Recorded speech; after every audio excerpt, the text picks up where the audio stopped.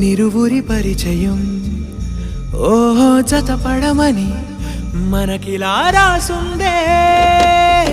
మతి చెడి ఇలా నీ వెనకే తిరగడం అలవాటుగా